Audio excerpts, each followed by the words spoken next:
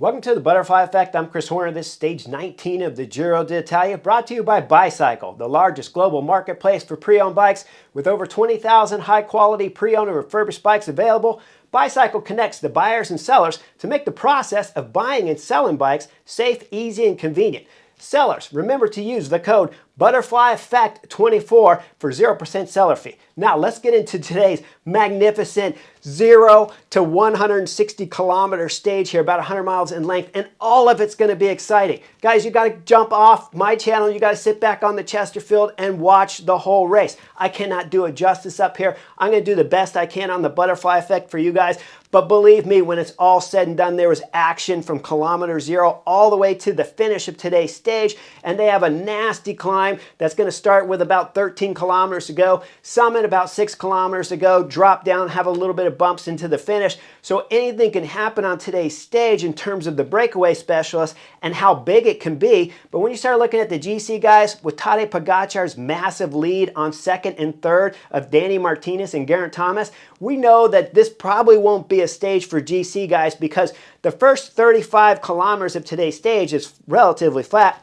Then it starts bumping up along the way. But the climbs, even though the first category climb on today's stage with about just under 60 kilometers to go, it's 4 kilometers and around 10%. So it's a steep monster, but it doesn't summit on the last climb with 6 kilometers to go. The last climb is stiff for about 2.5 kilometer sections, the last two, but going up before that, it's a little bit softer. So you know the GC guys aren't really going to try to throw down on each other. They're going to wait for tomorrow's Saturday stage here at the Giro d'Italia, the last and final mountain stage of the Giro d'Italia. So when we hit kilometer 0, let me back the film up just a hair because the Eurosport commentators, they're in the bus and it's Robbie McEwen in the bus. Now let me remind you guys, they stole this from the Butterfly Effect right here. That's why if you look outside of the bus there, says the Butterfly Effect on the side, brought to you by Horner, brought to you by Bicycle. Now when we go inside the bus, we're going to see Robbie McEwen, and he's pretending to be the general manager or director sportif for EF Education.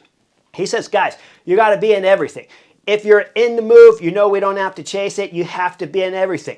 Well, you kind of have to be in everything, or you have to understand what you're looking at when the racing starts at kilometer 0. So let's leave the bus. Let's get to kilometer 0 where we start seeing attacks happening all over the place. Big moves are going up the road, but I want you to pay attention to the peloton because what's happening there in the peloton, we see is Pseudo Quickstep on the front controlling the peloton.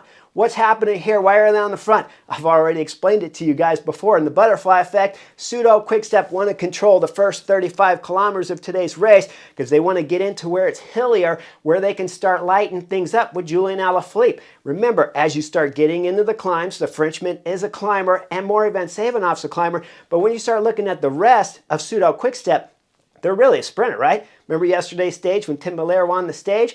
Well, those flatter guys that were helping Tim Miller on yesterday's stage, they now will be able to protect Julian Alaphilippe through this flat section. So if we go back to the writers' meeting there in the bus with Robbie McEwen, when he said you gotta cover everything, and if you're in it, we didn't miss it, right? Well, if you look at Pseudo Quickstep running the same philosophy that they did when Julian Alaphilippe won his stage at the Giro, you know they're going to ride the front. And if you're EF Education, their team is built for breakaway specialists, just as Robbie said in the bus, the Butterfly Effect meeting bus there.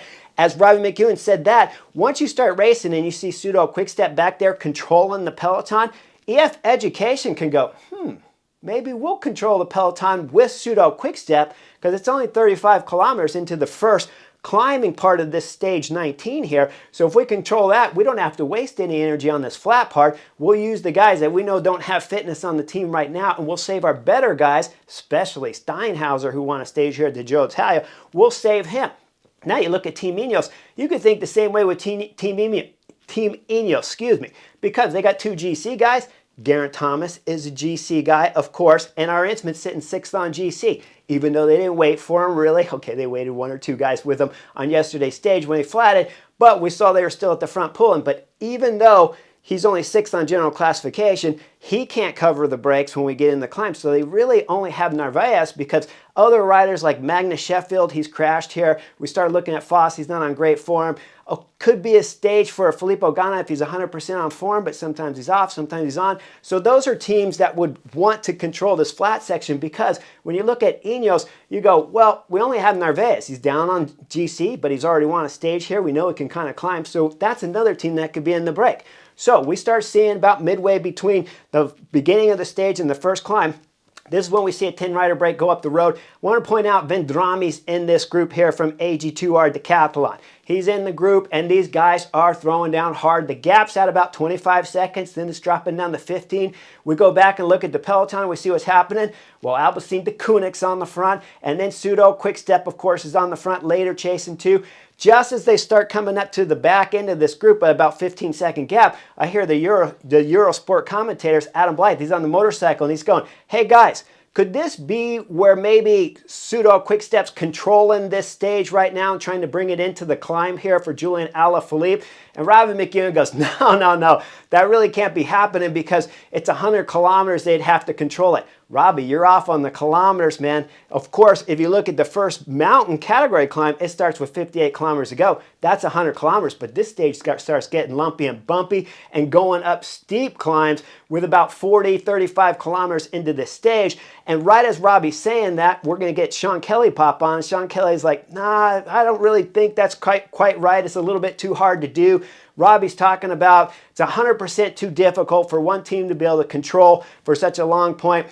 And then with 25 kilometers, as we see the peloton catching the back end of that breakaway there, the road starts to rise up. We're entering in this town, and bam! Julian Alaphilippe throws an attack. Guys, this happened about 500 meters after the Eurosport commentators were commenting, Robbie McEwen and Sean Kelly commenting that, no, that probably wouldn't happen, even though Julian Alaphilippe did it on his stage win back a few days ago when he won here at the Giro d'Italia. Well, now you're watching it firsthand. They use the exact same tactics, guys, because it's a simple tactic to use because Pseudo Quick-Step only have one real climber named Julian Alaphilippe. Maybe you can throw in more events Savinov, but he hasn't been fantastic here. So that was ace tactics from Pseudo Quick-Step. Now, when Julian Alaphilippe's throwing an attack right here, I like the attack. He gets a split up there. We got Narvaez up there. He's got a couple other guys for company. Then we see Plapp come flying across. Luke Plapp is amazing right now. He's bridging the gap up to the 5 riders in front. We got about 6 riders in front. Now we start seeing some other groups come across. We end up with 9 riders in front with Julian Alaphilippe up there. Really commanded this breakaway up here at the Giro d'Italia. Then we look back what's happening. Well, Trek was chasing like crazy. They had Johnny Milan chasing. They had Juan Pedro Lopez chasing back there. And of course he should be because he's a climber. If he can find some legs, he has a shot at winning today's stage 19.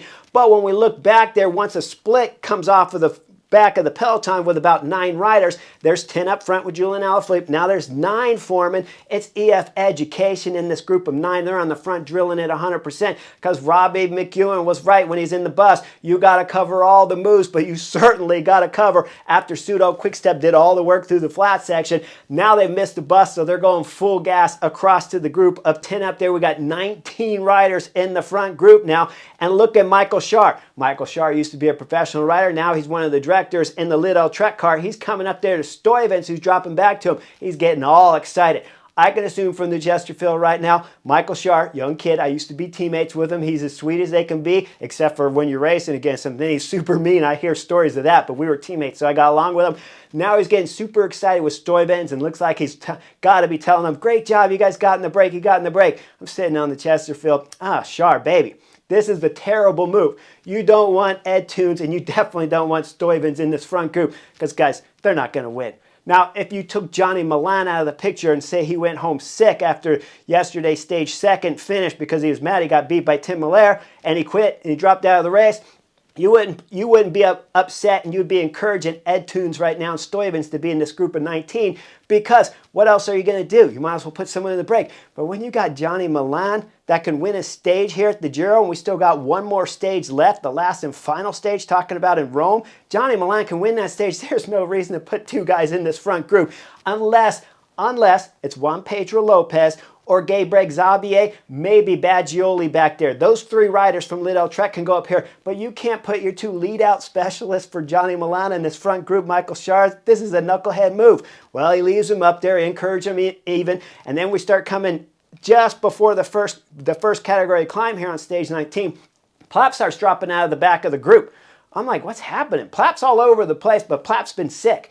Now, word here from the Eurosport commentator says he's got a tummy problem, and so Plapp drops out. Then we see an attack up there by the Bardiani rider. That's Manueli. As he's attacking, he goes through the Intergiro, and as he goes through the Intergiro, we're going to see Plapp catch back onto the back of the group. Now we're starting the first category climb. We're about 58 kilometers to go. Once we start the first category climb, who throws in the first attack? You know it's the Frenchman, Julien Alaphilippe. Oh, Julien Alaphilippe, please, man, your whole team rode for you throughout the first 35-40 kilometers of today's stage 19. Don't be the first guy to attack. You have 3 EF Education riders in there. Just wait and see what happens. Let it play out. Let it fester a little bit. Let it simmer a little bit. But Julien Alaphilippe's the first to go. He starts splitting it. He's basically going most of the way up this climb on the front of the group, but we see it explode behind. Vendrami's way back there. Plapp is way back there at the very first switchbacks of this first category climb here on stage 19. That's 10%, 4 kilometers long. Now the camera starts going further up. We see Quinten Hermans is hurting a little bit, but he's going to find his way back up there eventually. But when we start looking at the front 4 right now, all 4 of these guys have won stages here at the Giro d'Italia. Julien Alaphilippe's won a stage. Narvaez has won a stage. Steinhauser has won a stage. Paleo Sanchez. Remember when he won stage 6, that Gravelstone stage against Julien Alaphilippe? All 4 guys are up here. But as they start to slow, we start seeing some guys that got dropped, and they start finding their way back up there. Quinten Hermans will find his way up there as they reach the top of the KOM. And you look at the last guy going over the KOM, trying to get back up to this front group. Well, that guy right there, that's Vendrami from AG2R. Vendrami was in the first break, like I told you, what that pseudo quick-step was chasing, that they caught when they started climbing with 125 kilometers to go. Let me rewind the film just a little bit to show you Julien Alaphilippe attacking, and look at Vendrami following the move. Well, now they're going over the top of the first KOM. Vendrami's only about 5 seconds off, and it's a technical, nasty descent with Vendrami right there. He's got his hand in his pocket because he's calm like a bomb, knows he can make it back up to this front group here to give himself a shot at winning stage 19 in the Giro d'Italia. Now let's go further back. Let's look at the next group that's coming over. That's got Plapp in there. 5-6 riders in this group, and there's another EF Education rider in here, Wahlgren. That means they can start playing a little tactical games because Wahlgren can sit back in this group. Steinhauser could either choose to sit on this group up here in front or just do minimum work. If it was me and I was Steinhauser with the kind of legs this kid has when he won his stage already here at the Giro, I think I'd start rotating through. But if Steinhauser thought, well, I didn't feel so good, my legs aren't that great right now, he can sit on, he can bring the group back together, and you'd have Wahlgren come back from that second group. Now we're coming into the second category climb here with 38 kilometers to go. Once we start seeing that group of 5 back there with Plapp, they're coming back up to that front group there being led by Julien Alaphilippe. Look at, we see the 2 groups, how close they are. Julien Alaphilippe's looking left over his shoulder. He's looking down. He's like, oh man, we're going to get caught.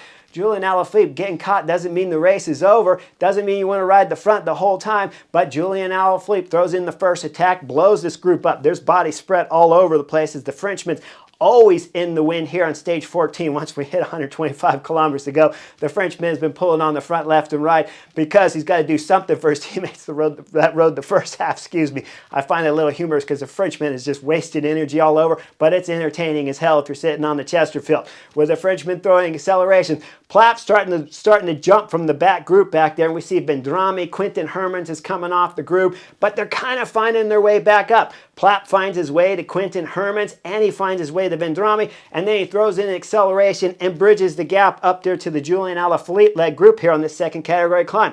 Just before the top, the other 2 guys will get on. We got about 7 riders going over the top of this KOM now, dropping down the descent. Once they start dropping down the descent, we look up front. Well, we see 5-6 riders there, but there's one missing. It's Vendrami missing. Then the cameras find Vendrami, the decathlon AG2R rider. He's going solo here with about 30 kilometers to go. We look at the chasers behind with Julien Alaphilippe. He's going full gas. Now we come down to the bottom with about 20 kilometers to go. things get a little dicey right here for the Breakaway guys chasing the front rider Vendrame, because they all start dropping back to the car. Julian Alaphilippe's dropping back to the car. We'll see Paleo Sanchez dropping back to the car. And when that's happening, you're starting to see the time gap go up to about 40 seconds.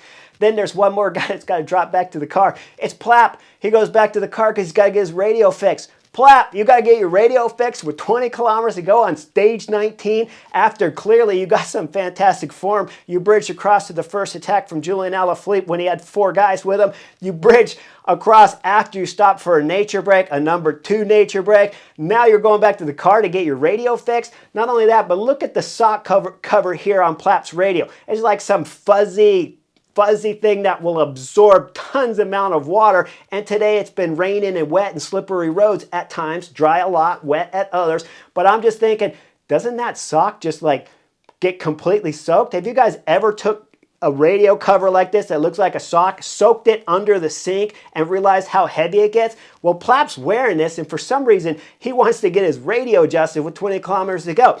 So Vendrame's time keeps going up and up and up, and he's getting up to about 1 minute when the last and final climb here starts at stage 19. We got Vendrame up there throwing everything into it. We look at the third group. They're starting to almost catch the second group there with Julian Alaphilippe. Now we'll see Steinhauser throws in attack. It gets brought back right away. Then we see a couple kilometers go by. Julian Alaphilippe with Steinhauser in front. He all of a sudden swings all the way over to the left, opens up the road for Steinhauser. Now Steinhauser's going solo, but he's got to make up 1 minute and 10 seconds on Vendrame, who's going solo. Vendrame's throwing everything into it. Then we go back and look, there's still some more games happening back there as Paleo Sanchez gets a gap on the group. Paleo Sanchez starts accelerating. We go up to the front rider Vendrame with 2.5 kilometers to go. This is when the climb gets steep and hard, and you're going to find out quickly if Vendrame, the Italian rider riding for a French team, AG2R, that's been spectacular in 2024, we're going to find out if Vendrame's got spectacular legs with 2.5 kilometers to go. We see him accelerating through all the fans, the flags flying all over him. You know he's getting extra energy because he's got over a minute gap back there in Steinhauser, and he knows he can bring another victory here at the Giro d'Italia if his legs can hold together. With the acceleration on the pedals, we look back at Steinhauser. Well, Steinhauser's starting to get wrapped up now from Paleo Sanchez. We go back up front to Vendrame, who's going over the top of the last final KOM here, the third KOM. But really, there's like 5 or 6 climbs at least on today's stage 19. But this is the third official one. He's going over the top with 6 kilometers to go. You see him drop down the descent. He's bombing through the corners. Now we go back up the final climb before the KOM. Who's attacking? Paleo Sanchez is throwing in an attack on Steinhauser. As the EF Education rider's legs are starting to blow now, Paleo Sanchez got a bit of a gap. He's going to go over the top of the KOM with 10, 15, 20-second gap there on Steinhauser, and he's going to bomb the descent. Steinhauser's going to bomb the descent. When we look further back to the Julian Alaphilippe group back there, they're out of the picture, guys. Go ahead and forget about them. The Frenchman wasted way too much energy here on stage 19, and as all of his teammates' energy going through the first 35 kilometers of today's stage. Now Julian Philippe is out of the picture along with Plapp back there, and the other breakaway companions, Narvaez, he's out too. We go back up to the front. As it kind of comes into about 1.5 kilometers to go, it's going to go up a steep little climb through the town with about 1.5 kilometers to go. Vendrame's throwing everything into it. He's not slowing down, guys. He looks amazing. He crests the top there, comes into the finish, sits up, celebrates over there with his car. Then he's going to salute the crowd as decathlon AG2R Andre Vendrame wins today's stage 19 with a 30-kilometer solo attack here against some of the best riders in the world. And let me remind you guys, he was in that first break of 10 on the flat part of this stage, rotating through like a monster with some big guys back there, pulling head-to-head each time with those guys. Now he's won today's stage 19. We look at the back to see who got second. Paleo Sanchez comes through for second. Steinhauser, EF Education comes through to round out the podium. Julian Alaphilippe finishes last in the group for a top 10, ninth, I believe it was. Then the cameras finally go back to the peloton. What was happening? All day long, it was Milano riding up all of the climbs. Then on the last climb, it was some tacks there from Rubio. Rubio split the group, but the top 5 GC guys were all in this. They go over the top of the KOM together. Geraint Thomas looks right over his shoulder. Then he looks left, and when he looks left, Tiberi went from the left to the right, following the wheel of Geraint Thomas, his teammate up there in first. Tiberi's third, I believe, if I remember correctly. As we see, our Ensman moved from the left to the right side. Well, Tibieri, of course, was following that. Garrett Thomas looking left over his shoulder, overlaps the wheel with Tibieri and crashes. Luckily for him, it's wet out. He slides a little bit. I'm sure that'll take a little bit of the pressure of the impact. We see his bike slide all the way across the road. Garrett Thomas gets up, runs over to his bike, grabs his bike, jumps on it, realizes the bike is broken. As the Shimano mechanic's coming over there to fix his bike, his car comes screaming up next to him at a halt, hands him another bike, and Garrett Thomas hops on it. Now, what happened to the GC favorites up there while Garrett Thomas was getting his bike fixed? Well, look at our Ensman at the front as Garrett Thomas is crashing. He's looking left, right over his shoulder as he sees his third place on general classification leader here, Garrett Thomas, go down while our Ensman stays in the front. This, I think, is probably the way to do it, because maybe there's a little bit of hesitation. He can always pull himself back out of the group, assuming his car was close enough. This is the way to do it, which we know now that it was. But everybody up front decides not to race, as we see Tadej Pogacar, Rafa Majka at the front looking at each other, both looking at each other side by side. They're slowing the pace down. Garrett Thomas is back there in the cars chasing. He'll get back on. The rest of the GC guys in the top 10, that they'll find their way back on. Any ones that had problems getting dropped on this final climb. And the GC guys will be led all the way in by Großschartner, finishing out here stage 19, something like 10-15 minutes back on the stage winner here of Vendrame from AGR Decathlon. Fantastic day here of racing. I did not do it justice, guys. Go back and watch all of it. It was magnificent racing, and everybody that finished today's stage deserves a medal because it was fantastic. And if you finish something, you definitely deserve a medal, right? So like and subscribe. I'll see you guys on the next edition, stage 20, the last and final mountain stage of the Giro d'Italia real soon. Like and subscribe. See you then.